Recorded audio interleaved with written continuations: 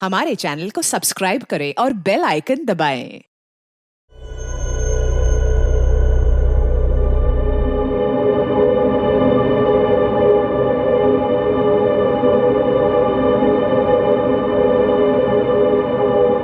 इंसानी दिमाग के बारे में सिर्फ एक चीज निश्चित है और वो है उसकी अनिश्चितता। इच्छा और स्वार्थ इंसान की सोच को किस हद तक गिरा सकती है, इसकी कल्पना कर पाना भी असंभव है। वो क्या चीज है जो इंसान के दिमाग को गलत काम, जुर्म करने के लिए उकसाती है, ये कह पाना मुश्किल है।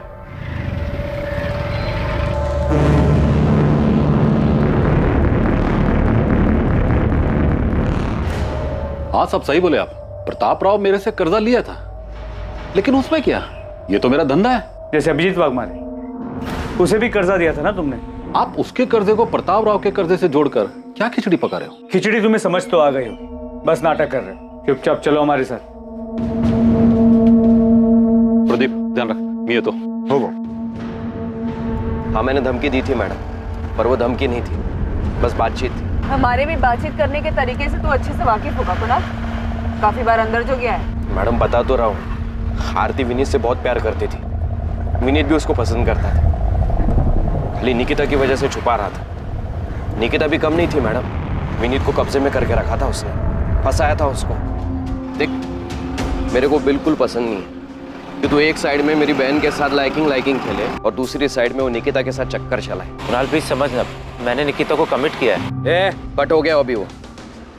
देख, मेरी बहन आरती तेरे से बहुत प्यार करती है, उसका दिल नहीं दुखना चाहिए, और निकिता को कैसे बाहर करना ये अब तू देख। आज से तेरा सारा लाइकिंग मेरी बहन के लिए रहेगा, समझा? और अगर ऐसा नहीं हुआ ना तो मेरे को बहुत बुरा लगेगा, और तेरे को मालूम है मेरे को बुरा लगेगा तो मैं क्या करूंगा। मैडम, प्यार का मामला था इसलिए प्यार से ही निपटाया था। तो चिंता मत कर, हम भी तेरे से प्यार से पूछेंगे, बस इतना ध्यान रखना हमें बुरा ना लग जाए। मैं कुछ समझा नहीं प्रदीप, तुम क्या कहना चाहते हो? अरे, पुलिस जादव भाव को उठा के ले गई है पूछताछ करने के लिए। लेकिन क्यों? तुम्हारी लड़की के केस में प्रताप भाव तुमको चलना पड़ेगा, समझाना पड़ेगा उन लोगों को। हाँ साहब, देखा मैंने इस आदमी को, ये अपनी दुकान पे आया था अमित भाव से मिलने, फिर अमित भाव इसको तुरंत लेके बाहर चले गए थे। यहाँ नहीं, मेरे पीछे पीछे। 27 अप्रैल को अमित को जो फोन आया था उसके बारे में जानते हो? जी साहब, मैं उस टाइम दुकान पे ही था अमित भाव के साथ। मेरी बहन ये कब पैदा हो गई? मेरी कोई बहन है ही नहीं। हेलो, अजीब आदमी है, कुछ भी बकवास किया जा रहा है। ए दिनेश, एक काम कर, थोड़ा काउंटर सवाल में आता हूँ। जी बाब। फिर अमित भाव थोड़ी देर बाद वहाँ से बाहर चले गए थे, बस उसके आगे मैंने कुछ नहीं सुना साहब। क्या वो फोन इस हिस्ट्री शीटर किशोर कदम ने किया था? अमित की इसी से बात हुई थी? दिनेश, तुम इकलौते आदमी हो जिसने अमित को किशोर कदम के साथ मिलते जुलते देखा था। अमित की प्लानिंग के बारे में और क्या जानते हो? साहब, मेरे को जो कुछ भी मालूम था मैंने आपको सब कुछ बता दिया, और साहब आपको मेरे को सुरक्षा देनी होगी। साहब, अमित भाव बहुत खतरनाक आदमी है साहब, उसको ये सब मालूम पड़ेगा। घबराओ मत दिनेश, तुम्हें कुछ नहीं होगा।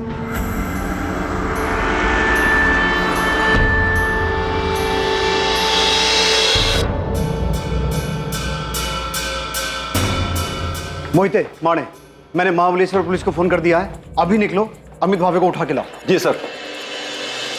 अमित भावे, निकिता आप्टे का कजन, उसे पुलिस ने हिरासत में ले लिया था। उन्हें शक था कि इस भयानक वारदात में उसका हाथ है, क्योंकि हिस्ट्री शीटर किशोर कदम, जिस पर पुलिस को शक था इस जुर्म को अंजाम देने के लिए, इन्वेस्टिगेशन में अमित के साथ उसके संबंध सामने आए थे। दूसरी तरफ आरती तांबे का भाई कुणाल सामंत भी निकिता के केस में संदिग्ध था, और साथ ही साथ पुलिस को साहूकार विक्रम जाधव पर भी गहरा शक था। आरती, ये तुम्हारे कजन कुणाल सामंत की फोन लोकेशन है, जिसमें साफ दिखाई दे रहा है कि 27 अप्रैल को ये उसी एरिया में था जहां से हमें निकिता की लाश मिली। हाँ, तो मुझे इसके बारे में कुछ नहीं पता। मैडम, मैं आपको पहले ही बता चुका हूँ, हो सकता है मैं वहां से निकला हूँ, लेकिन अब सातारा इतना बड़ा भी शहर नहीं है कि किसी एक जगह से निकलना बड़ी बात है। अब मैं वो दिन वो टाइम उधर से क्रॉस किया और उधर ही निकिता के साथ कुछ हुआ तो आप मेरे को फंसाओगे? मतलब क्यों आरती, इसने तुझे पहले सिखा दिया था ना कि पकड़े गए तो पुलिस के सामने यही बोलना है? मैडम, अगर इसने इतनी स्मार्ट प्लानिंग की है जो आप बता रहे हैं, तो आप ये भी बताइए कि सेम टाइम पे ये इतना बेवकूफ कैसे हो सकता है कि क्राइम की जगह पे ये अपना फोन लेके जाएगा? देखिए मैडम, आपको पता चला कि मैंने विनीत को धमकी दी थी, लेकिन ये बात तो मैं आपको पहले भी कह चुका हूँ कि हाँ मैंने किया, और उसके बाद भी मुझे कुछ ऐसा करना होता तो मैं ऐसा थोड़ी ना करता।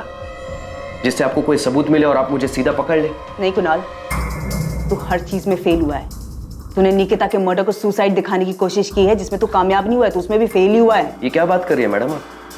निकिता मेरे को जानती थी तो वो मेरे साथ किधर भी आती क्या? और वो भी तब जबकि उसको ये पता था कि मैंने विनीत को धमकाया था। ये सच बोल रहा है। धमकी वाली बात को लेके निकिता ने मुझसे झगड़ा भी किया था। आरती, जब तेरे डोरे डालने से कुछ नहीं हो पाया तो तूने अपने लुच्चे लफंगे भाई को भेज दिया विनीत को धमकाने के लिए। तू मुझसे सवाल कर रही है? खुद को देखा है तूने? जब तू विनीत को रोक नहीं पाई मेरे पास आने से, उसको ब्लैकमेल करने लगी कि वो मुझसे दूर रहे। देख आरती, मुझे उसे ब्लैकमेल करने की कोई जरूरत नहीं है, क्योंकि वो तुझे पसंद ही नहीं करता है। अच्छा, तुझे पता है मुझे प्राइवेट मैसेजेस करता है? आरती, विनीत मेरा बॉयफ्रेंड है, वो तेरे इस जाल में कभी नहीं फंसेगा। तो बेहतर यही होगा तो अपने ये डोरे किसी और पे डाल, शायद कोई फंस जाए। अगर वो तुझसे इतना ही प्यार करता है तो इतना डर क्यों रही है कि वो तुझे छोड़ के मेरे पास आएगा? विनीत मेरा है और सिर्फ मुझसे प्यार करता है।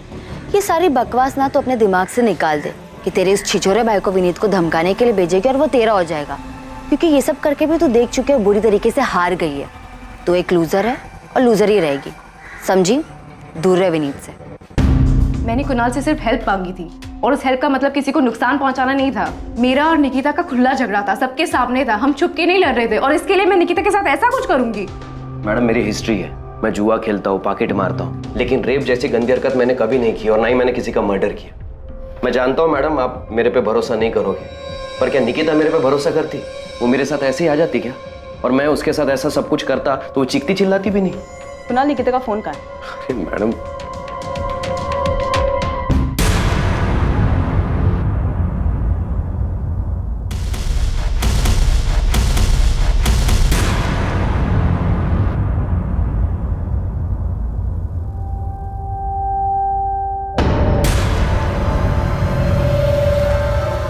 हमारे पास सबूत है कि 27 अप्रैल को जब निकिता का रेप और मर्डर हुआ था तो क्राइम सीन के आसपास ही था। मैडम उस दिन मैं किसी काम से वहां गया होऊंगा, पर मैं निकिता को नहीं मिला। मैंने उसके साथ कुछ भी नहीं किया मैडम, मैं सच बोल रहा हूँ। ये एक लव ट्रायंगल था जहाँ पे हम एक दूसरे के खिलाफ थे, दुश्मन थे हम एक दूसरे के, झगड़ा करते थे हम एक दूसरे के साथ, लेकिन फिर भी मैं कुणाल को निकिता के पीछे नहीं भेजूंगी। इतनी सी बात आपको समझ नहीं आती? नहीं आ रही समझ, क्योंकि ये झूठ है आरती। सच ये है कि तूने इस गुंडे को भेजा था विनीत को धमकाने के लिए कि ये निकिता से दूर है, लेकिन ऐसा हुआ नहीं। सच ये है कि निकिता अब जिंदा नहीं है, ये बताने के लिए कि ये गुंडा कई बार गया तो उसे धमकाने के लिए। सच ये है कि निकिता जिंदा नहीं है, बताने के लिए कि उसका रेप और मर्डर इसी कुणाल ने किया है। और इन सब के बावजूद तेरी सारी दलीलें झूठी साबित होती है, क्योंकि जब ये सब हुआ था तू क्राइम सीन के पास था। तुम दोनों से ना बहुत प्यार से बात कर ली है मैंने, तुम दोनों को प्यार की भाषा पच नहीं रही। मोहिते, डाल इसको जेल में और तब तक कूट जब तक सच बाहर नहीं आ जाता है। अरे मैडम मेरी बात तो सुनिए।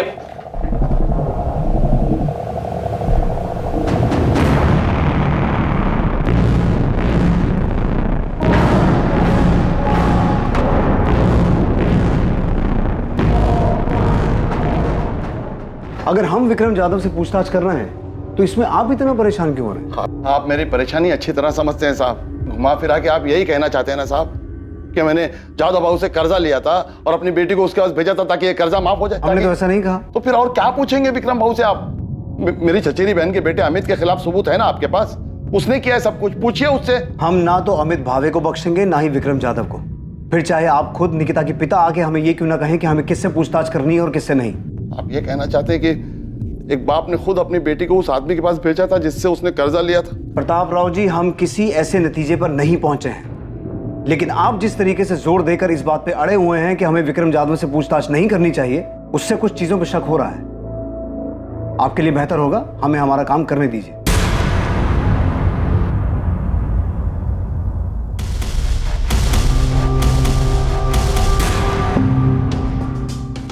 अलका और अभिजीत के सुसाइड करने के बाद मैं माना था मैं गलती किया था, एक जानवर जैसा। जानवर जैसा नहीं, तू जानवर ही है विक्रम जाधव। हाँ साहब, मैं माना मुझे वैसा नहीं करना चाहिए था। जिस बात से बाद में तू अदालत में मुकर गया कि तूने अलका वाघमारे के साथ ऐसा कुछ किया था, और वो बेचारी भी मरने से पहले ऐसा खुद छोड़ के नहीं गई जिससे तुझे तेरे किए की सजा मिले। सुरवे, हमारे पास इस बात के पुख्ता सबूत थे कि अलका वाघमारे को विक्रम जाधव की कोठी के बजाय फ्लैट पे बुलाया गया अकेले, जो कि मानदेव चौक में है। हमने विक्रम जाधव को अरेस्ट भी किया और उसने यही कहा कि उसने कभी पैसों को लेकर अलका या उसके पति पे दबाव नहीं डाला। मूल तो छोड़ो, 2 साल से ब्याज भी नहीं दे पा रहे थे, जिसका इसने फायदा उठाया, और जब ये नहीं टूटा तो हमने इसके राइट हैंड प्रदीप को तोड़ा।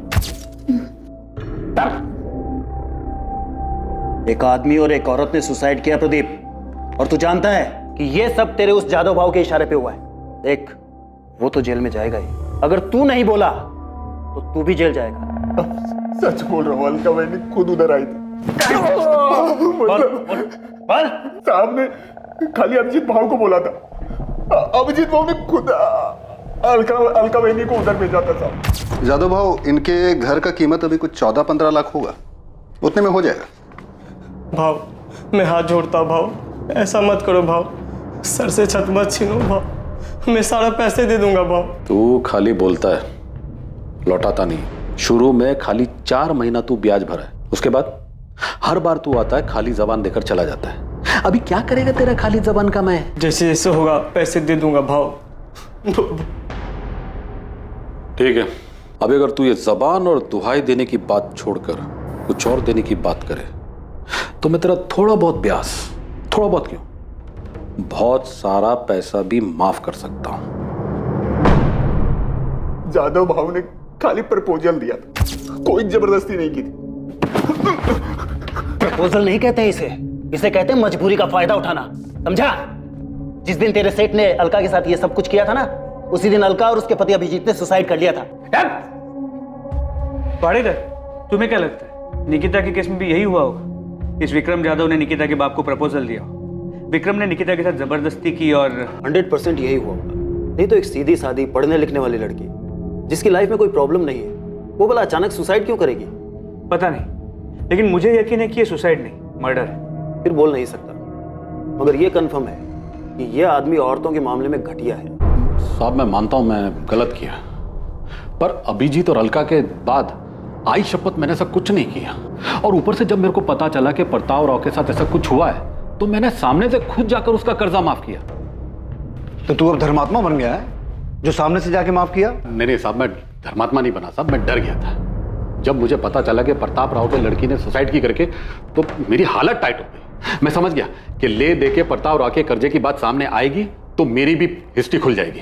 इसलिए साहब मैं सच बोल रहा हूँ, मैंने सच्चे मन से उसका कर्जा माफ किया। साले, पहले उसकी बेटी के साथ ये सब करेगा, फिर कर्जा माफ करने का नाटक करेगा? नहीं साहब, मैंने कुछ नहीं है किया साहब, आप बेकार में मेरे पीछे पड़ के असली मुजरिम को खुला छोड़ रहे हो। आई शपथ, मैं बोल रहा हूँ साहब, मैंने कुछ नहीं किया साहब, मैंने कुछ नहीं किया। सचिन, इसके राइट हैंड प्रदीप को उठाओ। अलका वाघमारे केस में वो टूटा था, इस केस में भी वही टूटेगा, तबीयत से धुलाई करो उसकी। लेकिन सर, मुझे नहीं लगता कि इस केस में ये विक्रम इन्वॉल्व है। अलका वाघमारे केस में विक्रम ने अलका का यूज किया और उसके बाद अलका और उसके पति ने सुसाइड किया। लेकिन सर, इस केस में सचिन, मैं जानता हूं तुम्हें लगता है ये सुसाइड नहीं मर्डर है, लेकिन अगर कोई इस केस को सुसाइड की शक्ल देकर मर्डर को छुपा सकता है तो सुसाइड को कवर अप करने के लिए कोई इस केस को मर्डर की शक्ल भी दे सकता है। ये जादव बहुत घटिया इंसान है। ब्याज कम करने के नाम पर अभिजीत वाघमारे को उसकी बीवी को अपने पास बुलाने का प्रपोजल दे सकता है, तो ये भी कर सकता है। ऐसे वाहियात इंसानों की फितरत कभी जाती नहीं। इसे लगा ही नहीं होगा कि निकिता सुसाइड कर सकती है। इसे क्या, निकिता के बाप को भी नहीं लगा होगा। बाहर वाले लोग जो बातें बना रहे हैं तो अलग, और मालती, शिवम, तुम लोग मुझसे ऐसे घटिया सवाल कैसे कर सकते हो कि मैंने निकिता को जादव के पास भेजा था? तुमको लगता है कि मैं ऐसा करूंगा? और आपको क्या लगता है ताई सुसाइड क्यों करेगी? उस आरती की वजह से। उसने सुसाइड नहीं किया है, ये सब उस कमीने अमित भावे ने किया है। उसने पुलिस को झूठ बोला है कि उसको गुमनाम फोन आया था। ये सब उस हिस्ट्री शीटर किशोर कदम ने किया है। पुलिस उस किशोर कदम को पकड़ नहीं पा रही है, इसलिए अपने आप को बचाने के लिए विक्रम की बलि चढ़ाना चाहती है।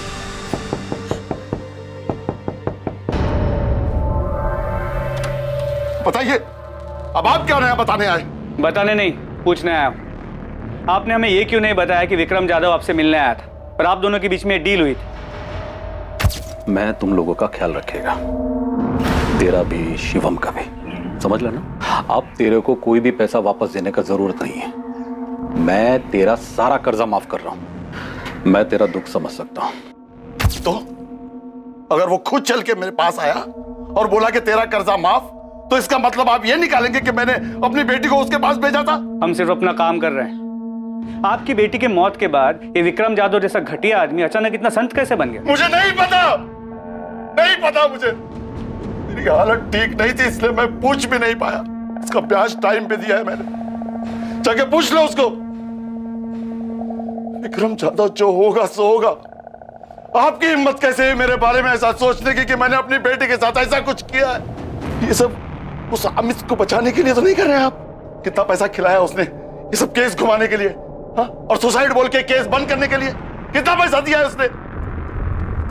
एक कॉल क्या आ गया मेरे फोन पे, आप लोग तो मेरे पीछे हाथ धोकर पड़ गए जैसे मर्डर मैं नहीं किया। किशोर कदम कहाँ है? अरे कौन किशोर कदम? मैं किसी की दो डंडे की औकात नहीं तेरी, हमें पता है वो गुमनाम आदमी का फोन नहीं था। निकिता के फोन से वो फोन तुझे किशोर कदम ने किया था। मैं तो पूछ रहा हूँ, साहब लोग पूछेंगे नहीं, सीधा तेरी आवभगत शुरू करेंगे, आरती उतारेंगे तेरी लॉकअप में। कुणाल, पुलिस ने मेरे पीछे अपने लोग लगा रखे हैं, मेरे हर मूवमेंट पे नजर रख रहे हैं, मेरे फोन रिकॉर्ड्स तक निकलवा रहे हैं। तेरे को क्या लगा आरती, तू विनीत के लिए बावलो जैसी हरकतें करेगी और उसके बाद तेरे से कोई कुछ सवाल नहीं पूछेगा? मैंने कभी नहीं सोचा था कि निकिता के साथ ये झगड़ा उसकी मौत पे खत्म होगा। तू मेरे पे इल्जाम डाल रही है क्या? देख, पुलिस को मेरे ऊपर पहले से शक है, तो क्यों ये सब बोलकर उनका शक गहरा कर रही है? और तो तू वहां पे करने क्या गया था जहाँ पे निकिता की बॉडी मिली थी? कहीं तूने तो नहीं? वाह वाह आरती, सही कर रही है, पर याद रख, अगर तू ये सब मेरे पर थोपेगी ना तो तू भी मेरे साथ कटघरे में है। मैं समझ गया तू कितनी सेल्फिश है। तूने विनीत के लिए मेरा यूज किया और अब जब निकिता मर गई तो खुद को बचाने के लिए मुझे बलि का बकरा बना रही है। एक बात याद रख, अगर तू मुझे फंसाएगी ना तो तू भी नहीं बचेगी।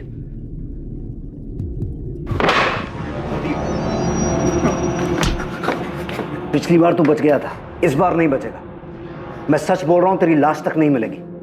जब मैंने पिछली बार सब सच बता दिया भाव ने क्या किया, तो अभी मैं झूठ क्यों बोलूंगा साहब? कसम से साहब, वो लड़की उधर अगर आई भी होगी और भाव ने उसके साथ कुछ किया भी होगा तो मेरे को नहीं मालूम। तेरे भाव ने प्रताप राव का कर्जा क्यों माफ किया, वो भी निकिता के मरने के बाद? जितना मुझे मालूम है, भाव लड़की के मरने के बाद बहुत डर गया था। उसको वो अलका वाघ मारे वाला मामला याद आ गया था। अभी अगर भाव और प्रताप राव किसी खोपचे में कोई डील किए होंगे तो मेरे को नहीं मालूम। निकिता का फोन कहाँ है? नहीं पता साहब। निकिता उधर मेरे सामने नहीं आई। आई होती तो मैं फोकट में इतना मार खाता, झूठ बोलता वो भी भाव को बचाने के लिए। ये दुकान में काम करने वाले दिनेश को खड़ा करूं तेरे सामने, बुलाऊं उसे? वो भी बोलेगा और तेरे कॉल रिकॉर्ड्स भी यही बोलेंगे कि तेरी किशोर कदम से बातचीत हुई थी। सर, मैं मानता हूँ कि किशोर से मेरी बात हुई। उससे बातचीत नहीं, उसे साजिश कहता है, जो तूने किशोर के साथ मिलके की थी, कि पहले निकिता का रेप करना और फिर उसे पेड़ से लटका देना।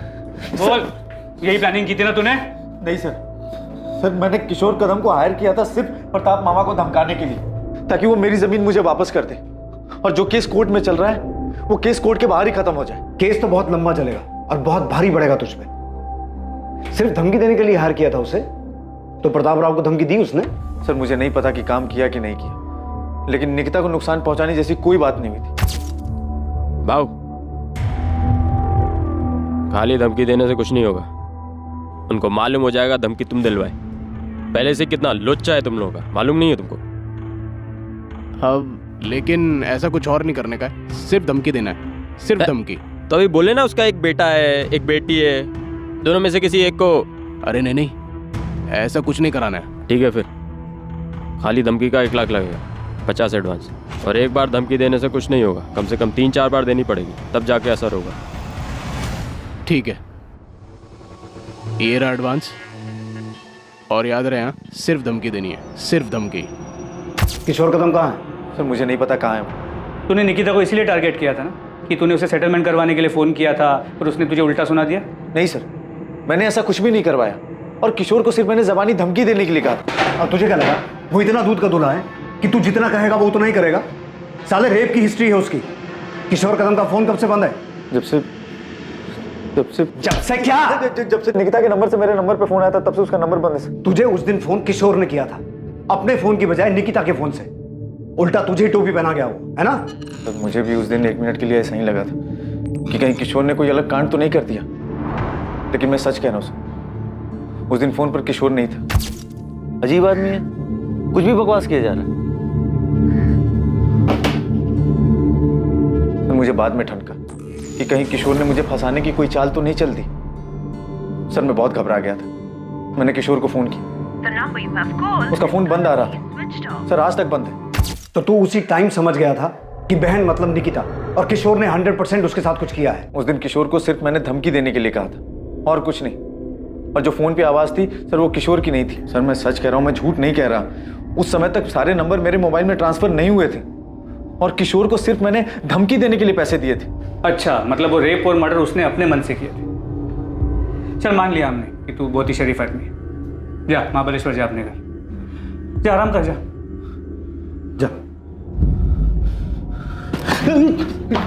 जब तक किशोर कदम मिल ना जाए ना, इसकी खूब सेवा करो, दिल से सेवा करो। निकिता के साथ जो कुछ भी हुआ है यही साला उसकी जड़ है। सर मैं सच कह रहा हूं, मैंने कुछ नहीं किया सर। सर क्या वाकई किशोर कदम ने अमित की बात अनसुनी करते हुए इस जुर्म को अंजाम दिया था? अमित भावे की बात का तथ्य तब तक साबित नहीं हो सकता था जब तक किशोर कदम पुलिस के हाथ नहीं लगता और उससे पूछताछ नहीं हो जाती। किशोर तक पहुंचने के लिए पुलिस ने महाराष्ट्र के हर शहर में उसकी तलाश शुरू कर दी थी। उसकी खबर देने वाले को इनाम देने की घोषणा तक की गई थी। किशोर को गिरफ्त में लेने के लिए शहर और शहर के बाहर के सभी पुलिस नेटवर्क उसकी तलाश में लगा दिए गए थे। मुझे किशोर कदम नाम के आदमी ने कभी कोई धमकी नहीं दी, पर इस बात में कोई शक नहीं है कि जो कुछ मेरी बेटी के साथ हुआ है उसमें अमित का हाथ। सीधे सीधे इस सवाल का जवाब दीजिए। जब हमने आपसे पहले पूछा था कि आपका किसी के साथ कोई झगड़ा है, कोई दुश्मनी है, तब आपने हमें क्यों नहीं बताया? क्योंकि मुझे पता नहीं था साहब। मैं सोच भी नहीं सकता था कि जो आदमी मेरा रिश्तेदार है वो जमीन की लालच में इस हद तक गिर सकता है। मुझे ये भी कहाँ पता था कि निकिता का कोई बॉयफ्रेंड था, और ना ये पता था कि रोज की तरह वो उस दिन भी कॉलेज तो जा रही थी पर कभी लौट कर नहीं आई और मिलेगी भी तो इस हाल में। किशोर कदम अब पुलिस के लिए सबसे अहम संदिग्ध था, पर क्या वो सच में गुनहगार था? अमित ने जो उसे काम सौंपा था उसने उससे बढ़कर ये घिनौनी हरकत की थी। दूसरी तरफ विक्रम जाधव, जिसने निकिता के पिता को कर्जा दिया था, और कुणाल सामंत, जिसने अपनी बहन के लिए विनीत को धमकी दी थी, वो दोनों भी संदिग्ध बने हुए थे, लेकिन उनके खिलाफ कोई पुख्ता सबूत नहीं मिल पा रहे। इन सब के अलावा भी कोई था जो इन घटनाओं से परेशान था जो निकिता के साथ घटी थी। ऐसा भी कुछ था जो निकिता का बॉयफ्रेंड विनीत शुरू से जानता था, या शायद बहुत कुछ जानता था जो उसने पुलिस को नहीं बताया था। क्या विनीत कुछ छुपा रहा था? सर, किशोर कदम कोल्हापुर में पकड़ा गया है। ग्रेट। इस केस की सबसे अहम कड़ी अब हमारे हाथ लगी है। प्रतिमा, क्या लगता है तुम्हें, विक्रम जाधव और कुणाल सामंत को अब अंदर रखने से कोई फायदा है? उनसे और कुछ मिल सकता है? सब विक्रम जाधव के एंगल में अभी तक हमें कुछ भी नहीं मिला है। हमने काफी लोगों से पूछा, काफी छानबीन की, लेकिन किसी ने भी निकिता को उसकी कोठी या फिर उस फ्लैट के आसपास नहीं देखा जहाँ पे उसने अलका वाघमारे को बुलाया था। और कुणाल सामंत? सर, उससे भी हर तरीके से पूछताछ की, लेकिन वो टूटने को तैयार ही नहीं है। सर, मुझे अभी भी लगता है कि आरती का इससे लेना देना है। जो अमित के केस में है वो आरती के साथ भी हो सकता है। कि बात सिर्फ निकिता को विनीत से अलग करने की थी, लेकिन कुणाल उससे आगे बढ़ गया। सर, अब तो आरती को भी लगता है कि कुणाल ने किया है। बोल रहा हूँ ना साहब, 27 अप्रैल को था ही नहीं इधर ही सदारा में। किशोर तो एक केस में बेल पे है ना, पर घबरा मत, इस केस में तो जेल नहीं जाएगा। हाँ साहब, इधर एनकाउंटर करके केस बंद करने का प्लान है, तो इधर ही ठोक दो ना। काय को काली पोकट सतारा में लेके जा रहे हो? मैंने तो सिर्फ अपना हिस्सा मांगा था। क्या गलत कर रहा था? क्या गलत था इसमें? ऐसे किसी गुंडे को पैसे देकर धमकी दिलवाना सही काम है? पैसे देकर धमकी इसलिए दिलवाई ताकि कोर्ट के बाहर से मामला सेटल हो जाए। अमित जो आदमी गुंडा है, पैसे लेकर धमकी दे रहा है, वो और कुछ करेगा तो तू रोक लेगा उसे। फंसा दिया ना उसने तुझे। सोचा है कभी तेरी वजह से निकिता के साथ में क्या हुआ है? भाई मैंने उससे नहीं कहा निकिता के साथ ये सब करने के लिए। मैंने तो सिर्फ उससे कहा। अमित याद रखना, अगर ये पता चला ना कि निकिता के साथ में उसी ने ये सब कुछ किया तो तू भी उसी जुर्म में अंदर जाएगा। जरा से जमीन के लालच ने तुझे क्या से क्या बना दिया।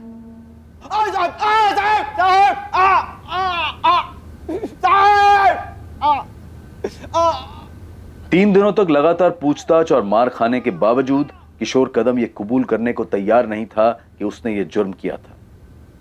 वो सिर्फ इस जुर्म से ही नहीं बल्कि इस बात से भी इनकार कर रहा था कि अमित भावे से पैसे लेने के बावजूद उसने कभी निकिता को निशाना बनाया या उसके परिवार के किसी इंसान को धमकी भी दी थी।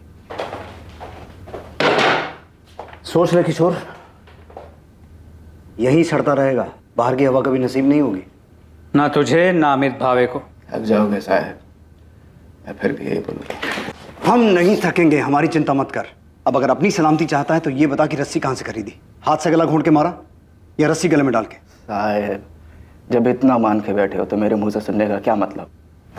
साहब, मैंने पैसा धमकी देने के लिए लिया था और वो भी नहीं दिया, खाली पैसा कब्जी किया। लड़की का छोड़ो साहब, उसकी फैमिली के किसी एक आदमी के पीछे नहीं गया मैं। आप लोग मेरे को एड़ा समझते हो क्या? मैं लड़की के फोन से अमित को फोन करूंगा? मेरे को समझ में नहीं आता क्या? क्या देख रहे हो साहब, मैंने उस लड़की के साथ कुछ भी नहीं किया है। किसने नहीं किया? विक्रम जाधव ने नहीं किया, कुणाल सामंत ने नहीं किया, तो फिर किया किसने? सर, प्रतिमा विनीत से बात कर रही है, उसके और निकिता की आखिरी मीटिंग के बारे में। प्रतिमा को अब भी लगता है कि विनीत पूरा सच नहीं बता रहा, कुछ छुपा रहा है। मैडम, मैं कुछ नहीं छुपा रहा हूँ, सच बोल रहा हूँ। आरती के भाई ने तुझे धमकी दी। आरती और निकिता के बीच में तेरी वजह से झगड़ा चल रहा था और निकिता ये भी जानती थी कि तू आरती को मैसेज करता था, फिर भी निकिता तेरे जैसे डबल ढोलकी पे विश्वास करती कि मैडम, मैं कोई डबल ढोलकी नहीं हूँ। आरती के साथ मेरा कुछ नहीं था, मैं निकिता से प्यार करता था। हाँ, कुछ टाइम के लिए मैं आरती की तरफ अट्रैक्ट हो गया था और निकिता कुछ ज्यादा इस बात से डर गई। और इसी बात का डर उसे उस दिन भी था ना?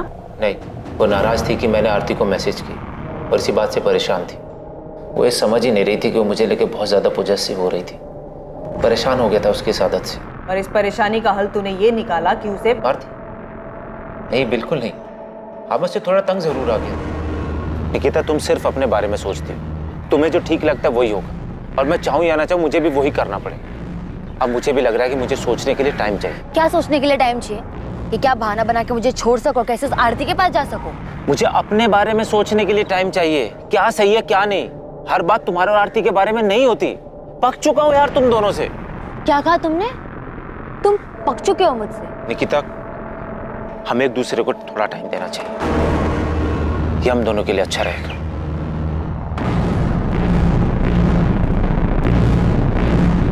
Bye bye.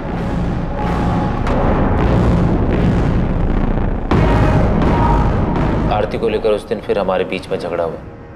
निकिता भी थोड़ी अपसेट हो गई थी, मैं भी परेशान हो गया था, इसलिए मैंने निकिता को उसके बाद कॉल नहीं की। मैं कुछ टाइम के लिए अकेला रहना चाहता था। उसका फ़ोन नहीं आया, मुझे लगा कि शायद वो मेरी बात समझ गई, इसलिए फ़ोन नहीं कर रही। ये बात तूने हमें पहले क्यों नहीं बताई? क्योंकि ये मैडम हमारा पर्सनल था, और निकिता के साथ जो हुआ है उसका इससे कोई लेना देना नहीं। तुझे कैसे पता लेना देना है कि नहीं?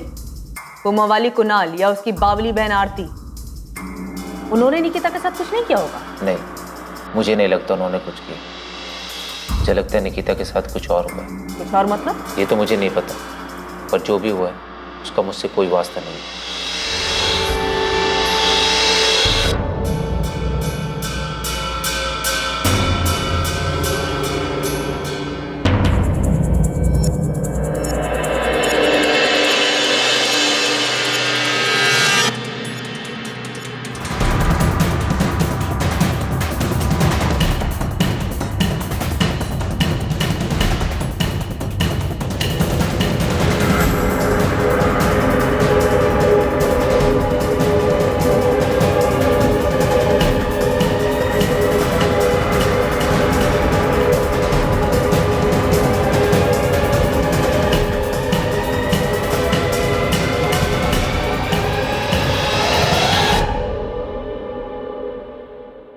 सर, मुझे लगता है कि हम इस बात पे अटक गए हैं कि निकिता का मर्डर हुआ है, जो कि इन सस्पेक्ट में से किसी ने अपना मकसद पूरा करने के लिए किया है। प्रतिमा, फिर से ये मत कहना कि तुम्हें अब भी लगता है कि ये सुसाइड का केस। प्रतिमा, अगर सुसाइड किया हो तो उसके पीछे कोई रीजन तो होना चाहिए। विक्रम जाधव की थ्योरी में कोई भी सुराग सामने नहीं आया कि उसने निकिता के साथ रेप किया, इसी वजह से उसने सुसाइड किया। तो फिर क्या हो सकता है? पता नहीं सर, पर मुझे अभी भी लगता है कि कुछ तो था जिसकी वजह से निकिता दुखी थी। ये हमने सीसीटीवी फुटेज में भी देखा है। प्रतिमा, हमें ये भी पता है कि उसके मरने से पहले उसके साथ रेप हुआ था। यस सर, याद है मुझे। सर, ये सुसाइड नहीं, मर्डर है। अगर हम ये मान भी लेते हैं कि विक्रम जाधव ने उसके साथ कुछ किया था, वो उसे बर्दाश्त नहीं कर पाई और उसने सुसाइड कर ली, तो तब भी उसके फ़ोन के गायब होने के पीछे क्या कारण हो सकता है? क्या उसने सुसाइड करने से पहले अपना फ़ोन खुद फेंक दिया, जो आज तक नहीं मिला? सर, इससे ये साफ हो जाता है कि ये सुसाइड नहीं, मर्डर है, और ये मैं 100% श्योर होकर कह सकता। और फिर उसी रस्सी से उसे पेड़ से लटका दिया गया, इसीलिए उसके गले पे सिर्फ रस्सी का निशान, और पेड़ पे लटकाने की वजह से उसकी गर्दन की हड्डी टूट गई, जो हमें कंफ्यूज कर रही है। सर, क्राइम सीन पे निकिता का फोन नहीं मिला है, जिससे ये साफ होता है कि जिसने भी निकिता को मारा है वो उसका फोन अपने साथ लेकर चला गया। पर ये हो कौन सकता है? सारे हिस्ट्री शीटर्स को हमने तोड़ा है, उन पर नजर रखे हुए हैं, उनमें से कोई नहीं है, तो फिर तो फिर है कौन? इस केस में अपराधी कौन था या फिर कौन थे, यह पता लगाना बहुत मुश्किल हो रहा था। हर एक एंगल के खुलने के बावजूद निकिता की मौत के पीछे के मकसद तक पहुंच पाना लगभग नामुमकिन सा लग रहा था। अब केस ठंडा पड़ चुका था, महीनों गुजर चुके थे। 27 अप्रैल 2019 को इस जुर्म को अंजाम दिया गया था और अब अक्टूबर 2019 आ चुका था। लेकिन अचानक इस केस को एक नई दिशा मिलने वाली थी, एक नया रास्ता खुलने वाला था।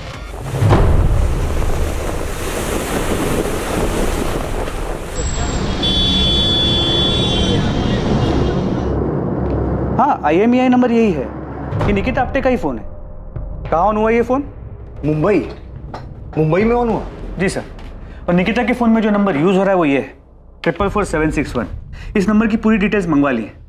हमने अपने नंबर से कॉल नहीं किया, मोहिते को भेजा है PCO से कॉल करने के लिए, ताकि पता चल सके कि ये नंबर ऑन है या नहीं। सर, ये नंबर ऑन है। मैंने PCO से फ़ोन किया, ऐसे ही कोई नाम बदल कर बात की।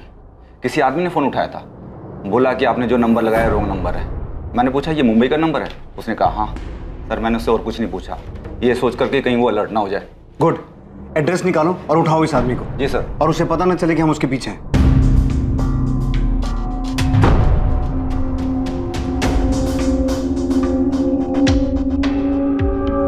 सर, नंबर किसी अविनाश मोरे के नाम पे रजिस्टर्ड, कांदिवली का एड्रेस। फौरन मुंबई के लिए निकलो और इस आदमी को उठा के लाओ। प्रतिमा, इसकी फोटो निकिता की फैमिली को दिखाओ और पता करो इसे पहचानते हैं क्या, और ये भी चेक करो इसकी कोई क्रिमिनल हिस्ट्री है क्या। ठीक है सर।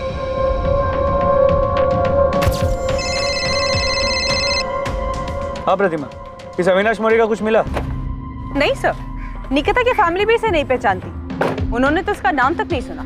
ताज्जुब की बात, इस अविनाश मोरे ने अब तक फोन स्विच ऑफ नहीं किया, लगातार ऑन आ रहा है। सब मैंने साइबर टीम से दोबारा चेक किया, ये निकिता का ही फोन है।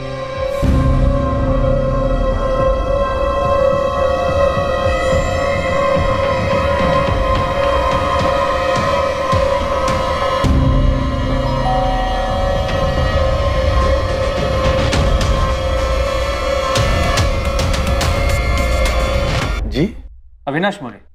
जी भाई हूँ। तू जो फोन यूज करता है वो कहाँ है?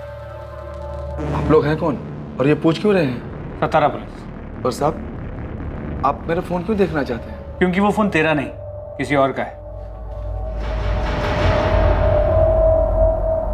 नहीं, ये तेरा फोन नहीं। साहब, ये मेरा ही फोन है। तेरा नंबर 44761 3 दिन पहले एक फोन में एक्टिव हुआ था, वो फोन कहाँ है? साहब, लेकिन हुआ क्या है? 3 दिन पहले तेरा नंबर जिस फोन में एक्टिव हुआ था वो फोन सतारा के निकिता आप्टे का है, जिसका 6 महीने पहले रेप और मर्डर हुआ है। वो सब तो मुझे पता नहीं है, लेकिन इसी फोन में मैंने 3 दिन पहले सिम डाला था। अविनाश, वो फोन ऐसे नहीं, ऐसे दिखता है। सर, इसे लॉकअप में ले जाके पूछते हैं, तब याद आ जाएगा इसे। अरे साहब, इसमें याद क्या करना, मैं सच कह रहा हूँ साहब। साहब, मेरा फोन खराब हो गया था, डिस्प्ले गया था उसका, मैंने उसे बनने के लिए डाला था, और राजू की दुकान से काम चलाने के लिए ये फोन मैंने 1000 रुपए का खरीदा था। चल, राजू के दुकान पे ले चला। हाँ चलो साहब। चल। राजू, इनको बताओ कि ये फोन मैंने तुमसे ही खरीदा था ना? हाँ साहब, ये फोन मैंने ही बेचा था उसको। इस फोन का जो IMEI नंबर है वो उस लड़की के फोन का है जिसका सतारा में 6 महीने पहले रेप और मर्डर हुआ। IMEI नंबर सेम है, लेकिन उसका फोन ये था। हमारे पास एक कंफर्मेशन है कि निकिता के फोन का मॉडल ये है, और हमने ये भी कंफर्म किया कि इस फोन का जो IMEI नंबर है वो निकिता के फोन का। साहब, ये जो आप फोटो दिखा रहे हैं ना फोन का, ये बिकने के लिए आया था मेरे पास, मैं ही खरीदा था। किससे खरीदा था? ऐसे ही चलते फिरते एक बंदा आया था बेचने के लिए। मेरे को ये फोन बेचने का है, बंद पड़ा है, चल नहीं रहा। चल ही नहीं रहा है? नहीं। अरे भाई, इसका तो बॉडी भी डैमेज है, मेरे भी किसी काम का नहीं, खरीद के करूंगा क्या इसको? अरे देख लो, मोबाइल का दुकान है, कुछ काम आ जाएगा आपके, जो भी दोगे चलेगा मेरे को। मैं बोला 200 रुपए से ज्यादा नहीं देगा, वो बोला ठीक है और बेच के चला गया। तो फिर वो टूटा हुआ फोन का है, और उस फोन का IMEI नंबर इस अविनाश के फोन में कहाँ से आया? ये फोन का बॉडी एकदम डैमेज हो गया था, बैटरी वैटरी सब ठीक था, तो मैंने बाहर का बॉडी निकाल के फेंक दिया और अंदर का माल मटेरियल जुगाड़ करके ये फोन में फिट कर दिया। तुम्हें ये फोन किसने बेचा? उसका नाम क्या है जिसने बेचा? नाम तो याद नहीं साहब, 1-2 महीना हो गया अभी। देख राजू, हमें वो आदमी चाहिए, और अगर वो नहीं मिला ना, हम तेरी जन्म पत्री बना देंगे कि तूने सतारा में उस लड़की के साथ रेप और मर्डर किया। खाली फिल्म मेरे को काय को फंसा रहे साहब, मैं तो खाली फोन खरीदा था। जिसने फोन बेचा उसका हुलिया याद है? साहब याद करने की कोशिश करता हूँ साहब। नहीं, ये भी नहीं, ये नहीं, ये था ना? नहीं साहब, ये भी नहीं था। जैसा वो साहब बोले ना वैसा मैं आपको उसका हुलिया बताने को तैयार हूँ। सच्ची साहब, जितना याद है सब बताऊंगा, बिल्कुल नहीं घुमाऊंगा, कसम से।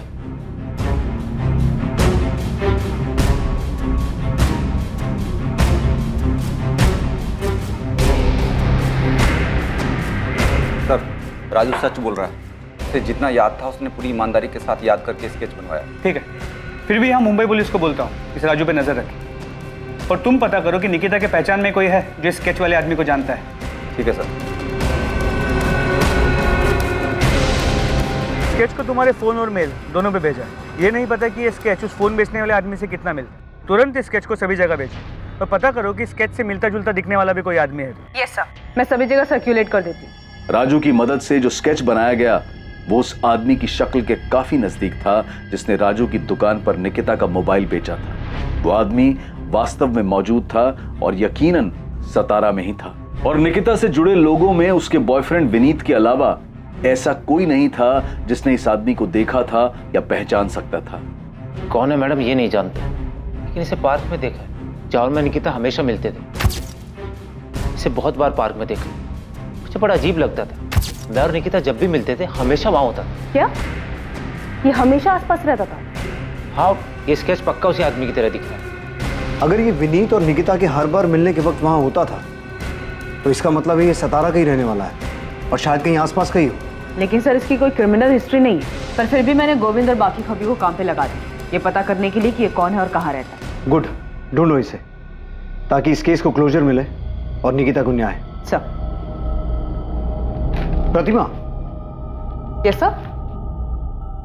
तुमने बताया कि विनीत कह रहा था कि ये हमेशा पार्क में मौजूद रहता था, उन्हें घूरता था। यस सर, वो दोनों जब भी पार्क में मिलते थे ये वहां रहता था। 27 तारीख की निकिता की वो फुटेज निकालो। हमें इस एंगल के बारे में कुछ पता नहीं था, हमने कुछ मिस किया है। 27।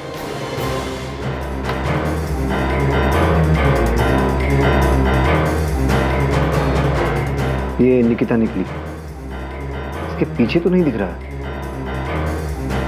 एक काम करो, निकिता के दिखने से 5-10 मिनट पहले का फोटो चेक करो।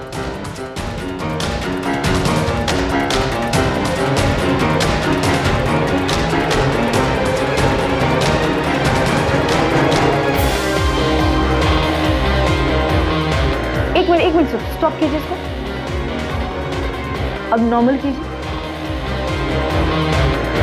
यही है वो, तो यही है। हाँ हाँ सर, ये वही आदमी है। क्या इसी ने निकिता के साथ निकिता का मोबाइल इसके पास था जो इसने मुंबई में जाके बेचा। ये है कौन? साहब इस तरफ प्रशांत केलकर नाम है इसका, इलेक्ट्रिशियन है, यहीं सातारा का ही है। पुलिस ने इस आदमी का स्केच बनवाया था। उसे 27 अप्रैल की सीसीटीवी फुटेज में पहचान लिया गया और पुलिस अपने मुखबिर की मदद से उस तक पहुंच गई। जी चल आजा। क्या हुआ साहब, क्या बात हो गई? साले 6 महीने से भटका रहा है, पूछ रहा है क्या हो गया? मुझे नहीं पता क्या हुआ। चल अब चल। प्रशांत केलकर नाम है उसका, इलेक्ट्रिशियन है। विनीत ने बताया कि निकिता विनीत जब भी पार्क में मिलते थे ये हमेशा वहां होता था। ये कौन है? ये किशोर कदम की तरह कोई दूसरा आदमी जिसको अमित ने पैसे देकर निकिता को? नहीं, प्रशांत हिस्ट्री शीटर नहीं है। उसे पुलिस स्टेशन ला रहे हैं, फिर पूछताछ करेंगे उससे। मैडम इस आदमी का मेरी बहन से क्या लेना देना? पता नहीं शिवम, अभी कुछ नहीं बता सकते। ऐसे ही बोलेगा या इलेक्ट्रिक शॉक खाएगा? बिना झटका खाए बोल दे, बेहतर है। निकिता का फोन तेरे पास था, उस मोबाइल शॉप वाले राजू ने तुझे पहचान लिया। अरे ऐसे प्यार से नहीं बोलेगा सचिन। प्रशांत केलकर, निकिता के साथ वो सब तूने किया ना? मैं सही बोल रहा हूँ?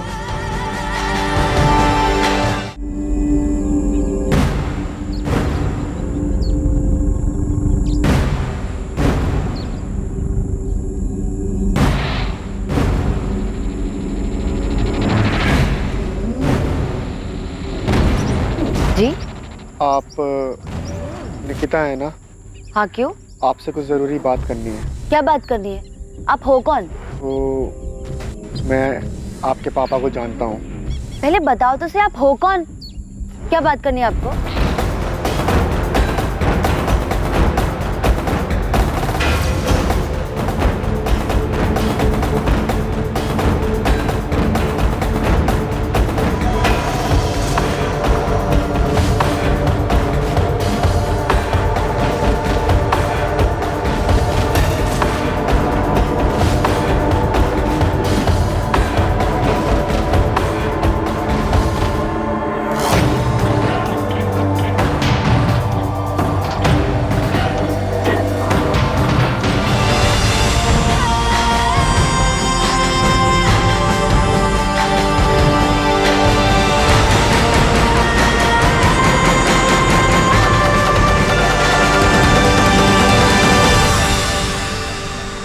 बस यूं ही तूने उसे देखा, वो तुझे पसंद आ गई, इतना कि वो तेरी सनक बन गई। निकिता का फोन तेरे पास 6 महीने से था, तूने उसे ऑन क्यों नहीं किया? वो 6 महीने बाद मुंबई जाके क्यों भेजा? मैं अखबार में बोल रहा था। जोर से बोल, जोर से बोल, सुनाई देना चाहिए। मैं मामला ठंडा होने का इंतजार कर रहा था।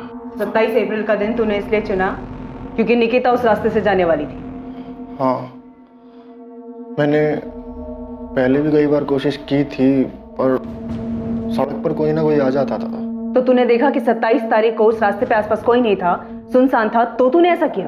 हाँ। तूने निकिता के भाई अमित को फोन क्यों किया? तू जानता है उसे? नहीं। तो उसे फोन क्यों किया? मुझे बुरा लगा कि उसके परिवार वाले परेशान हो रहे होंगे कि कहाँ गई, तो इसलिए मैंने उसका फ़ोन उठाया और देखा किसको फ़ोन कर सकता हूँ, तो मैंने उसका नंबर डायल कर दिया।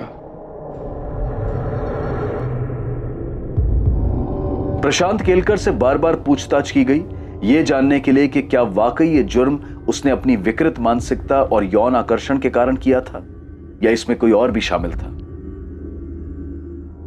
पर आखिर तक यही सामने आया कि वो वाकई एक विकृत मानसिकता का आदमी था जो निकिता पर मोहित था, जिसने सिर्फ अपनी हवस पूरी करने के लिए निकिता के साथ बलात्कार किया और फिर उसे मार दिया।